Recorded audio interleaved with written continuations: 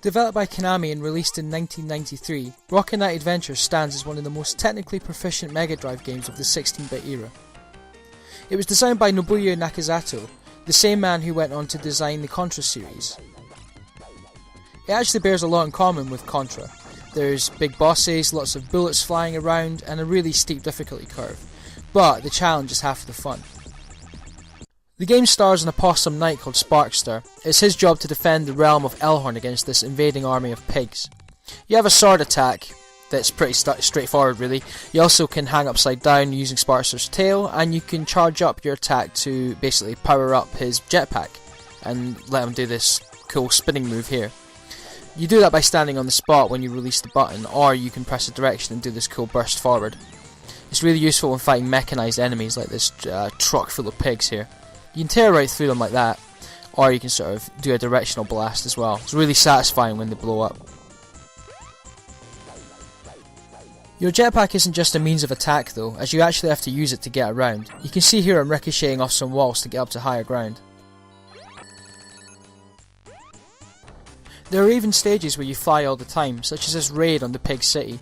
There's rockets flying everywhere, bullets, bombs, mid-bosses, it just throws everything at you. And there's this stage here set in space, which when I was a kid I used to find this really tough. There's just bullets everywhere. It definitely feels like Contra in that regard. One thing that always stood out for me about this game is the mechanics. There's some really clever little things, like just visual tricks like this. You know, I'm behind the waterfall and you can sort of like go either side of the water to try and dodge these spiked things. It's very, very simple, and not a lot of games did things like these back in the day. And this level here, you can see my reflection in the lava. You know, one touch of that and it's instant death, and I can't see where the platforms are, but you just wait for the reflection to come up and you can pass over unscathed. It's just one of these games where mechanics don't really repeat. There's a new sort of gimmick, a new thing in each stage that just keeps things feeling fresh.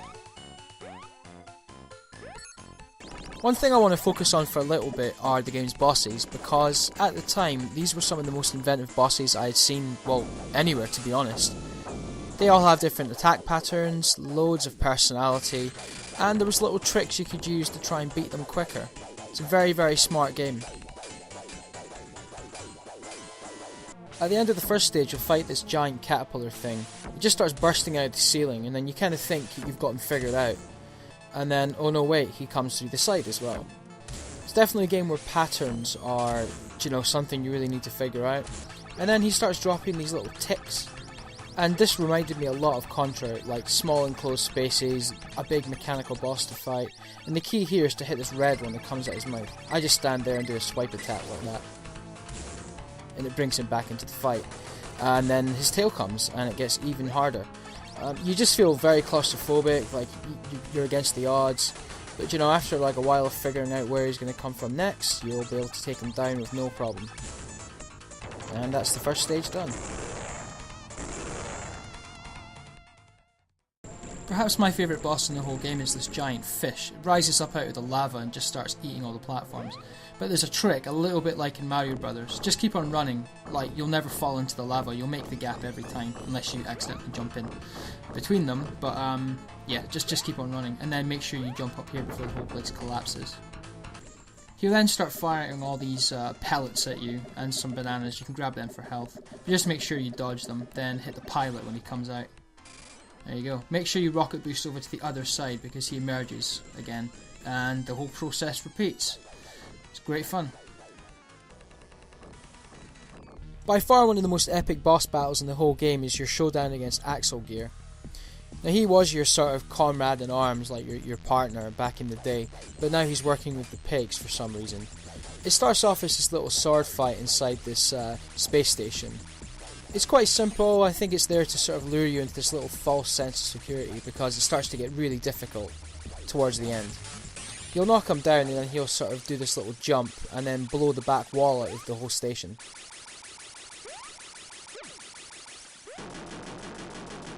After this explosion, Sparkster has to hold on for dear life. If you fall too far to the left, you get sucked out into space and you get instant death. So Axel Gear starts flying around with his jetpack and he starts shooting all these missiles at you. It really is as simple as sort of hitting him, then strafing up or down just to avoid the blast. I think he takes about 4 hits, then he changes onto his next state. There you go. You can see all the bullets dropping out there. When he enters this phase, he becomes like really hard to predict. He'll just spin around everywhere like a rocket-powered Sonic. But with a little practice, you'll be able to take him down no problem.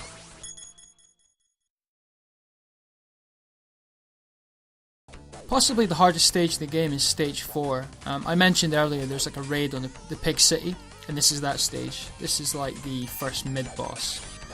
He shoots these crazy walls of lasers at you, like it's really difficult. You basically just have to keep on hitting him in the front, do your best to dodge everything that he throws at you. You think he's done for, but no, he comes back again in another state with these big tendrils. He's really easy actually, you can kill him before he starts to attack.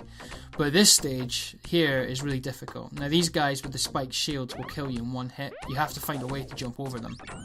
And definitely have to get used to boosting. This bit in particular is a nightmare. You basically have to beat these pigs down to the bottom.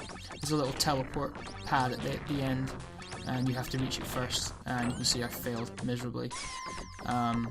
Without knowing what you're supposed to do, this bit can be really difficult. Just keep your jetpack charged at all times and you should be able to fight your way through it.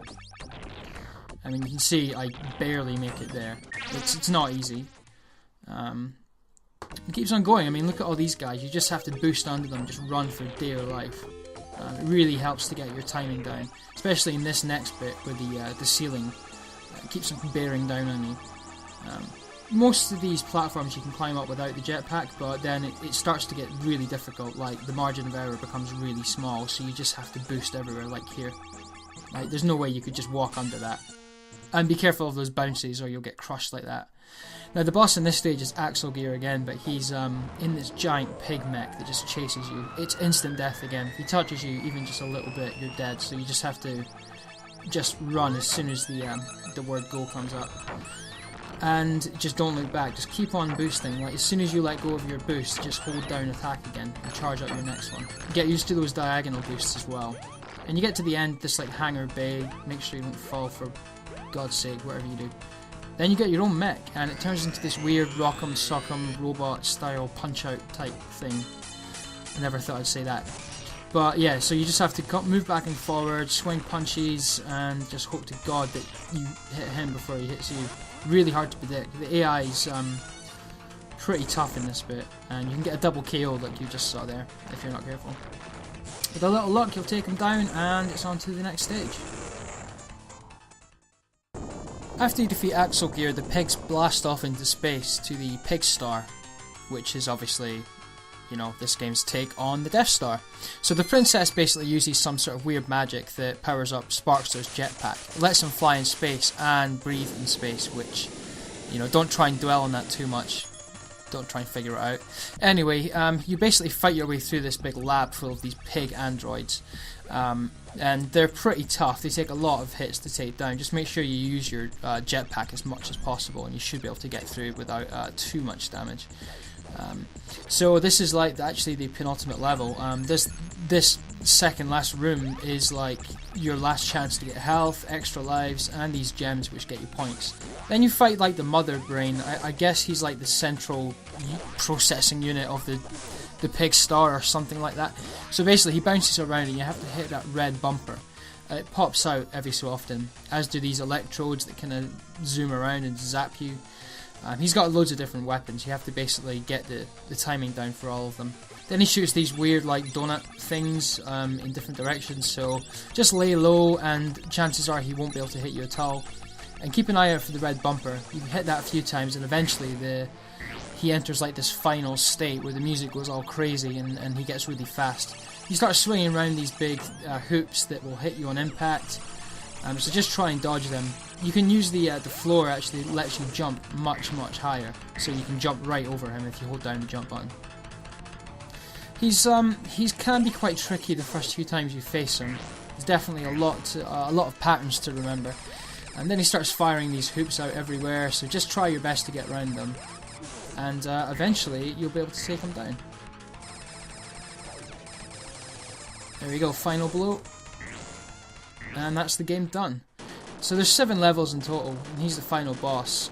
If you complete the game on hard mode, you get an alternate ending and a sort of 8th hidden epilogue kind of level. So basically the whole base starts to explode, and Sparkster runs through this teleport device, and it takes him to an escape pod. Now, in normal mode, basically you go in the escape pod and he just escapes, and then that's the end of the game. Otherwise, if you do it on hard mode, you actually control the descent. You have to basically dodge debris and asteroids and get back to orbit. So let's check out the normal ending. So you can see here, it's nice and peaceful, and then Sparkster's pod comes down and the parachute deploys. But instead of floating back to the safety of the castle, he drifts right into parts unknown. So that is Rocket Knight Adventures. If you do the hard mode ending, he actually makes it back to the castle, and you see what happens after that. But yeah, what to say about this game? It's just big, it's challenging, loads and loads of cool mechanics at play, and it just controls like a dream. Like the jetpack mechanic is fantastic, and yeah, it's just an absolute joy to play. Thanks for watching.